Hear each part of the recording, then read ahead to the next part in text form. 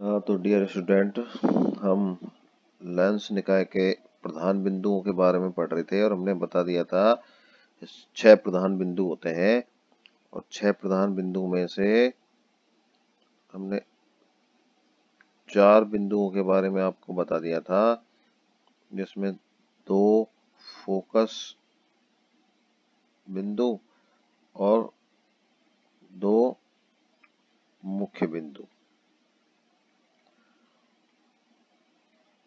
Focal point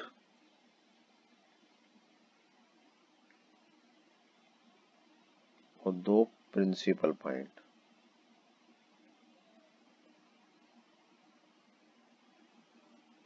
दो focus बिंदु और 2 प्रिंसिपल पॉइंट। लास्ट के हमारे पास 2 बच गए हैं, 2 नोडल पॉइंट, या 2 हम इनको लिखेंगे निर्णती बिंदु। तो अब हम आपको 2 निर्णती बिंदु या नोडल पॉइंट के बारे में बताते हैं। तो इसमें हम फिर एक बार वही फिगर लेते हैं और फिगर में वही लेंस सिस्टम का ये फिगर मैं बनाता हूँ।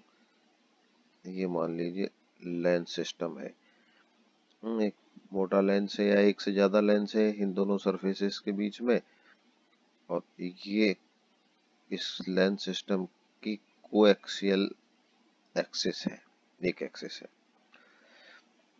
हमने आपको बताया था कि इसका एक फोकस इस साइड में होता है इस लेंस सिस्टम का, और हम उसको F1 बोलते थे, और एक फोकस इस साइड भी होता है, इसको हम F2 लेते थे। 2 फोकस पॉइंट होते हैं और दोनों एक दूसरे के कंजुगेट होते हैं। तो ये फोकल पॉइंट है और ये यहाँ पर इसका मुख्य बिंदु P1, और ये प्लेन हम इसको लिख सकते हैं H1P1। ये प्लेन कौन सा है? ये मुख्य बिंदु P1 और ये मुख्य बिंदु, चलो यहाँ ये मुख्य बिंदु P2, और प्लेन था ये H1P1 और ये प्लेन H2P2। और ऐसे ही हम यहाँ मान लीजिए इनको भी मान लें कि ये प्लेन है द्वितीयक फोकल प्लेन दूसरा वाला, और ये पहला वाला फोकल प्लेन ये वाला। तो हमने 4 पॉइंट और 4 प्लेन के बारे में आपको बता दिया है। तो अब हम 2 पॉइंट और 2 प्लेन के बारे में बताएंगे। तो देखिए चारों पॉइंट ये इस मुख्य अक्ष पर स्थित है ना। तो ऐसे ये 2 बचे हुए पॉइंट भी क्या होंगे? 2 निर्णती बिंदु पॉइंट है जो, या नोडल पॉइंट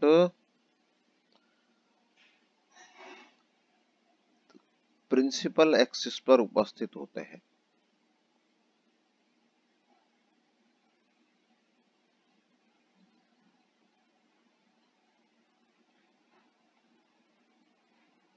ठीक है, तो ये प्रिंसिपल एक्सिस पे इस लाइन पर कहीं ना कहीं ये उपस्थित होंगे, यहाँ के यहाँ बीच में।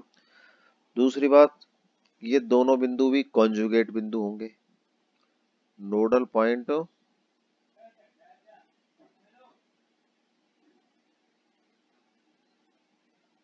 संयुग्मी होंगे या कॉन्जुगेट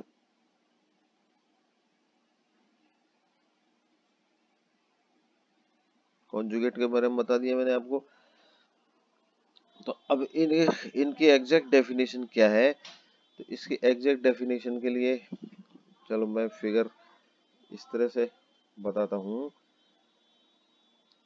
कि ये बिंदु मुख्य अक्ष पर इस प्रकार स्थित होते हैं कि जब कोई प्रकाश किरण एक निर्णती बिंदु की ओर आती है, ये मान लीजिए, मानता हूं यहाँ पर ये एक पहला निर्णती बिंदु है ये। तो अब ये इस प्रकार है कि कोई प्रकाश की किरण इस निर्णती बिंदु की तरफ आती है। मैं मानता हूं एक प्रकाश की किरण इस निर्णती बिंदु की तरफ इधर से आती है। ये प्रकाश की किरण, ये प्रकाश की किरण इस निर्णती बिंदु पर यहाँ इस A1 पॉइंट या इस पॉइंट से आती है, A पॉइंट से आती है। तो अब आप देखिए, ये मुख्य तल है, पहला जो प्रिंसिपल प्लेन है, इस पे किस हाइट पे आती है, ये यहाँ पर आती है। ये मान लीजिए पॉइंट है M1 पॉइंट पर आती है, और इतनी ऊंचाई पर आती है, इस M1 P1 ऊंचाई पर आती है ये। M1 P1 ऊंचाई पर आती है। तो हम जानते हैं कि जब प्रकाश की किरण जब मुख्य तल पर किसी ऊंचाई पर आती है, तो निर्गत प्रकाश की किरण भी उसी ऊंचाई से बाहर निकलेगी। ये यहाँ से बाहर निकलेगी, यहाँ से निर्गत किरण आएगी, तो जाएगी। तो ये पॉइंट है M2। तो ये अब इस मुख्य अक्ष पर ये किरण यहाँ के टकराई, ये पॉइंट है N1 मान लीजिए, पहला नोडल पॉइंट है। तो दूसरा नोडल पॉइंट कौन सा होगा? दूसरा नोडल पॉइंट वो होगा कि जाने वाली किरण जो M2 से जा रही है, वो इसी आने वाली किरण के समानांतर होगी। यानी कि ये ऐसे ऐसे है ना, एक किरण ऐसे है, तो दूसरी किरण इसके समानांतर ऐसे होगी। ये पहली है तो ये दूसरी, तो इसके समानांतर ये किरण दूसरी इसके समानांतर जाएगी। तो इसके समानांतर अब ये जाएगी, ये मान लेते हैं हम M2 से जा रही है, और ये इसके समानांतर हो रही है। तो ये कहाँ टकरा रही है? इस पे N2 पे टकरा रही है। तो अब ये दोनों किरण है, ये किरण नंबर, ये रे नंबर 1 और ये रे नंबर 2, ये आने वाली किरण आपतित, जाने वाली किरण निर्गत। तो इसको मान लो मैं B पॉइंट लिख लेता हूं। तो AN1 क्या?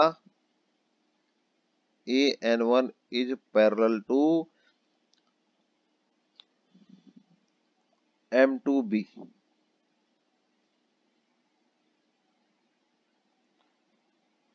ये दोनों लाइनें एक दूसरे के समानांतर हैं।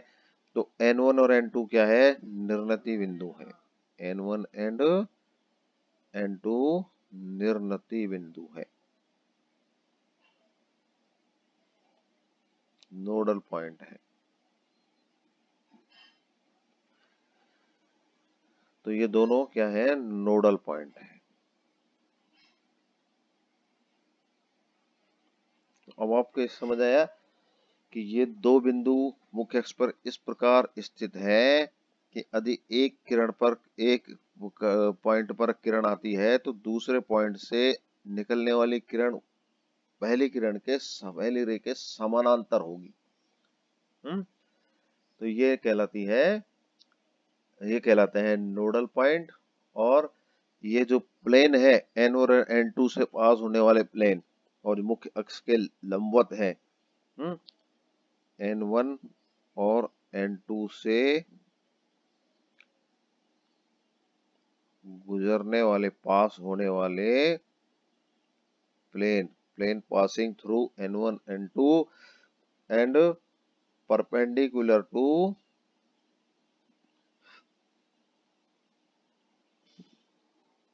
प्रिंसिपल एक्सिस, मुख्य अक्ष के समानांतर, नोडल प्लेन कहलाते हैं। क्या कहलाते हैं? नोडल प्लेन होते हैं। तो दो नोडल प्लेन हो गए n1 और n2 से गुजरने वाले और इस प्रिंसिपल एक्सिस के पैरेलल। तो नोडल पॉइंटों की क्या डेफिनेशन देखेंगे। देखिए यहाँ पर हमने एक समानांतर है, तो यहाँ देखिए एक कोण, देखिए ये कोण, और ये कोण। तो एक कोण तो कौन सा है, M1 N1 P1, ये पॉइंट P1 है ना। तो एंगल M1 N1 और P1 इक्वल टू एंगल, क्या देखिए, M2 N2 P2, कौन सा, M2 N2 P2। तो ये एंगल θ1 मान ले और इसको मान ले, तो ये भी क्या होगा, θ1 बराबर एंगल θ2। समानांतर किरणों के बीच बने हुए एक अल्टरनेट एंगल है ये। तो नोडल पॉइंट की डेफिनेशन भी यही है। नोडल पॉइंट की डेफिनेशन क्या होगी, ये दो ऐसे पॉइंट होते हैं जहां पर θ1 बराबर θ2 या टेंजेंट θ1 बराबर टेंजेंट θ2 और टेंजेंट θ2 अपॉन टेंजेंट θ1 बराबर 1। कितना होगा, 1। और ये हम क्या जानते हैं, हमने एंगुलर मैग्निफिकेशन पढ़ा ना, एंगुलर मैग्निफिकेशन होता है ये टेंजेंट θ2 अपॉन θ1। तो मैग्निफिकेशन में आपको पढ़ाया मैंने, मैग्निफिकेशन क्या होता है, वो कोणों का रेशियो होता है, एंगल का रेशियो। एंगुलर मैग्निफिकेशन क्या होता है, रेशियो ऑफ एंगल। कौन से एंगल, जो इंसिडेंट रे मुख्य एक्सिस से बनाती है और जो निर्गत किरण मुख्य एक्सिस से, आने वाली रे और जाने वाली रे मुख्य प्रिंसिपल एक्सिस से जो एंगल बनाती है, वो एंगुलर मैग्निफिकेशन होता है। तो डेफिनेशन हम ये वाली क्या देंगे, N1 और N2 दो ऐसे नोडल पॉइंट हैं, ऐसे पॉइंट हैं कि जिनके लिए incident ray and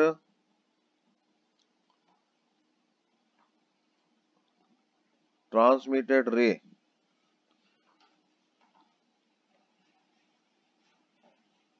principal axis से सेम एंगल फॉर्म करती हैं,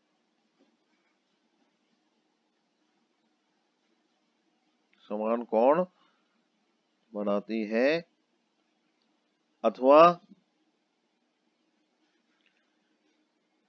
एंगुलर मैग्निफिकेशन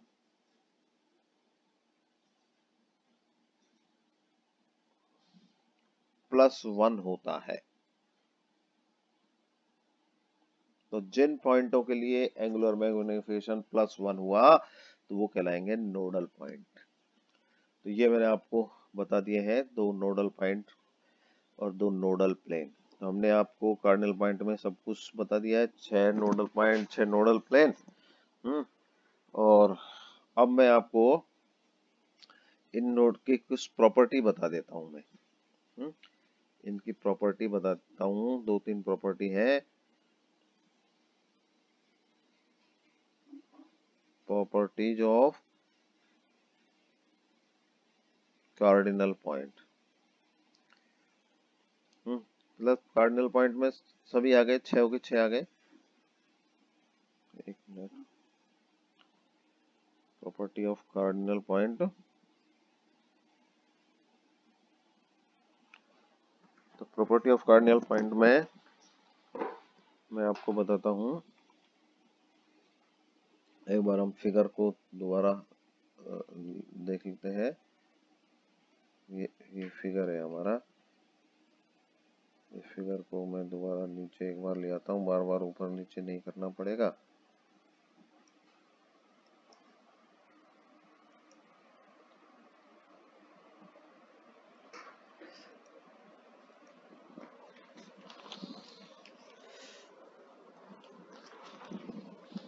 फिगर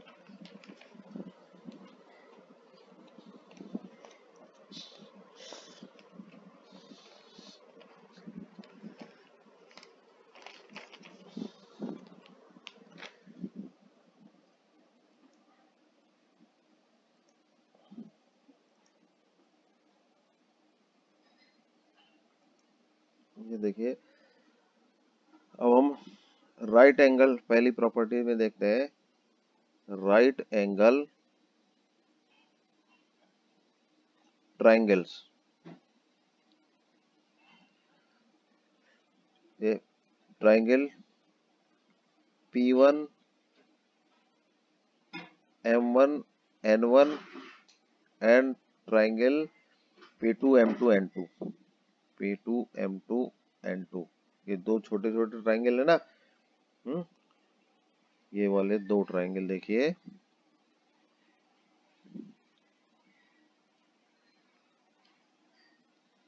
ये ट्राइंगल, ये कलर ट्राइंगल बनाने हैं जो मैंने, तो इसमें ये P1 और P2 जो दो वो है,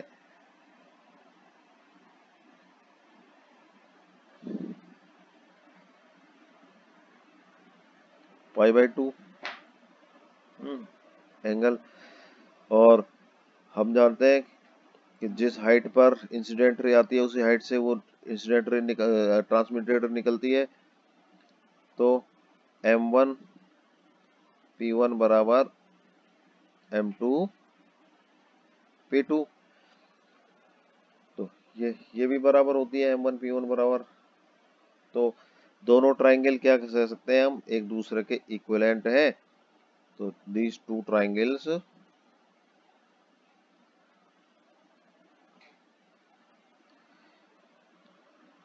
P1 M1 N1 equal to P2 M2 N2। तो इसका मतलब P1 N1 बराबर P2 N2, यानी कि दोनों प्रिंसिपल और नोडल पॉइंट, पहले प्रिंसिपल और नोडल पॉइंट के बीच की डिस्टेंस इक्वल टू दूसरे प्रिंसिपल और नोडल पॉइंट के बीच की डिस्टेंस। तो हम इसको क्या लिखेंगे, distance between first principal and nodal point equal to distance between second principal and nodal point. ये पहली प्रॉपर्टी हो गई। दूसरी प्रॉपर्टी के लिए मैं आपको बताता हूं,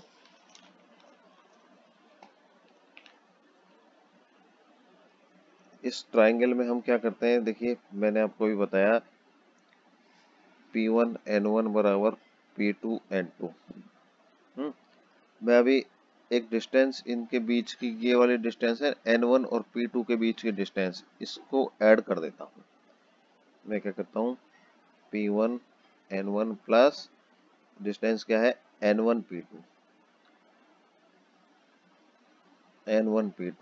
तो ये डिस्टेंस मैंने क्या किया, N1 P2 ऐड किया है, तो P2 N2 दोनों तरफ मैंने इसको ऐड कर दिया है। तो अब हम देखें P1 N1 plus N1 P2, तो P1 N1 plus N1 P2, ये क्या हो गई, P1 और P2 के बीच की डिस्टेंस हो गई। ये क्या हो गई, P1 और P2 हो गई। ये P1 P2 N1 P1 N1 P2, अब देखिए इधर N1 P2 plus P2 N2, तो ये डिस्टेंस यहाँ से कहाँ तक की होगी, N1 से लेके N2 के बीच की हो गई। तो ये हो गई N1 N2। तो ये दोनों के बीच की, यानी कि फर्स्ट प्रिंसिपल और सेकंड प्रिंसिपल पॉइंट के बीच की डिस्टेंस फर्स्ट नोडल और सेकंड नोडल पॉइंट के बीच की डिस्टेंस के इक्वल होती है। तो ये दूसरी प्रॉपर्टी हो गई। इसके बाद जो तीसरी प्रॉपर्टी है उसमें हम क्या करते हैं, ट्राइंगल AF1 और N1 एंड ट्राइंगल H2P2 और F2। देखिए AF1N1 AF1N1 ये वाला ट्राइंगल। और यहाँ पर अब देखिए मैं इसमें ये और बताता हूँ, एक रे, चलो आज 20 मिनट हो गए फिर अपलोड नहीं होगा। मैं तीसरी प्रॉपर्टी आपको नेक्स्ट टर्न पे बता दूंगा। आज यहीं फिनिश करते हैं।